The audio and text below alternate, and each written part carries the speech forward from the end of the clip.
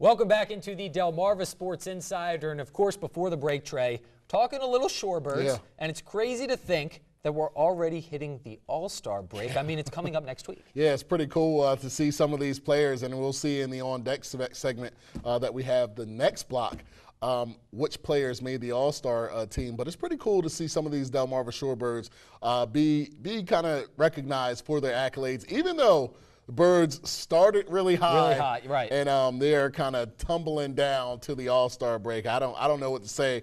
A mix of injuries and a mix of people getting moved up. And when you have a good team early on, people are going to get moved up in minor league baseball. That is the ultimate goal. But it just sucks because we really wanted to see the Shorebirds get back into the playoffs for the first time in a long time. There's always that post-All-Star break, but of course we learned today that, you know, an additional Delmarva Shorebird, we'll talk about that a little bit later, just this afternoon, was added to the roster. So not to spoil too much, but now a total of 4 Delmarva Shorebirds going to be playing on Tuesday. That's pretty cool. And, I can't wait to see them.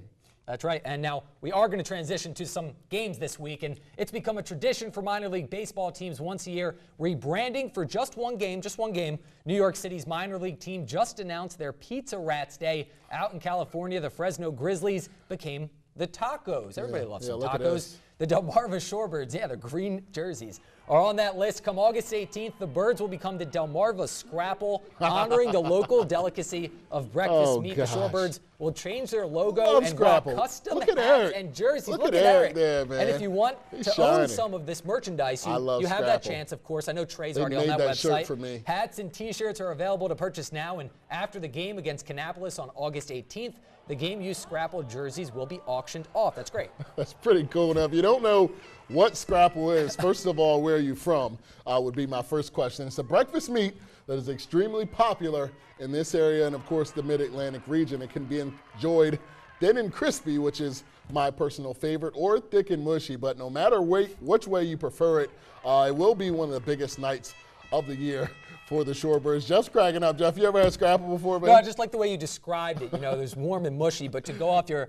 other point is that I know you're not from Philly if you don't know what Scrapple is, because anybody that's from Philly and doesn't know what Scrapple is, DM me. Yeah, you know what? We had a little fun with Jonah this week because he actually introduced his story. Never heard of Scrapple. But, you know, he's from upstate New York, so I couldn't bash on him too hard. But how about those jerseys, man? That was pretty cool. Some pretty cool jerseys. You know, a lot of people think that, you know, sometimes it's just to boost merchandise sales, but they're auctioning off all these game-worn jerseys. It's a fantastic cause. For proceeds and for other things. And how about the Shorebirds?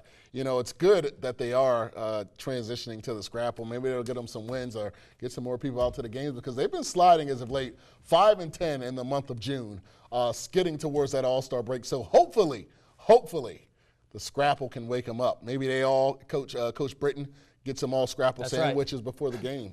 Get some all Scrapple sandwiches. And let's give a shout out to Eric, of course. You know, working for the Shorebirds, sending that picture. You know, now it's the staff, PR, broadcasters that are getting involved. Now, I want to say one of our photographers, Drew Williams, is interning for the Delmarva Shorebirds. Drew, I want to see you in one of those jerseys. I'm telling you that right now. And we want some Scrapple. That's right. Oh, and some Scrapple. They're going to be selling Scrapple at the game, which is even cooler than anything we've said in this entire block. So you know where Trey is going to be August 18th at the ballpark, you know, filming, but also getting some Scrapple. Exactly right. It's that time for another commercial break. But coming up, we're talking more Shorebirds, of course. We're introducing you to one Shorebird that turned pro at the age of 17. Jeff, what were you doing at age 17? Not turning pro.